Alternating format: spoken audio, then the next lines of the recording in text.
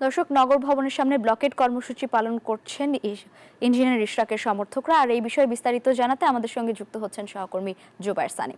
সানি, নগর ভবনের সামনে এখনকার পরিস্থিতি কেমন দেখছেন আর আন্দোলনরতরা কি বলছেন?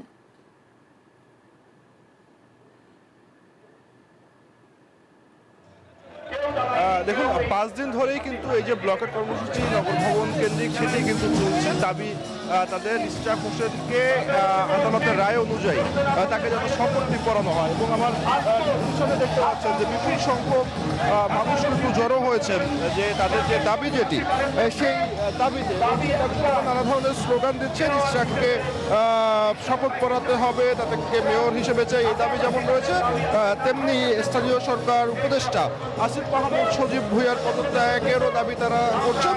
তারা যেটি দাবি করছেন যে তার কারণেই আসলে ইশরাক হোসেনকে শপথ পড়ানো যাচ্ছে না।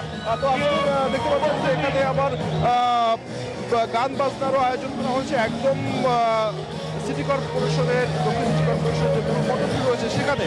এবং সারা রাস্তায় কিন্তু মানুষের ভিড় এবং যে ব্লকের কর্মসূচি সেটি চলছে, সে কারণে যে নাগরিকদের সেবা সেটি কিন্তু আসলে সিটি কর্পোরেশনের ব্যাহত হচ্ছে। এবং এই রাস্তায় যে পুরোপুরি যান চলাচল সেটি কিন্তু এখন একদমই বন্ধ রয়েছে।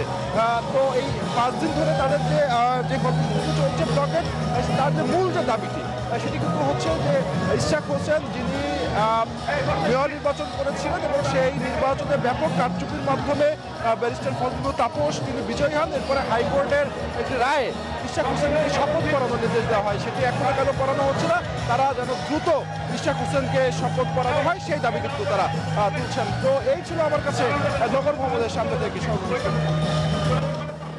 সানি, ধন্যবাদ আপনাকে।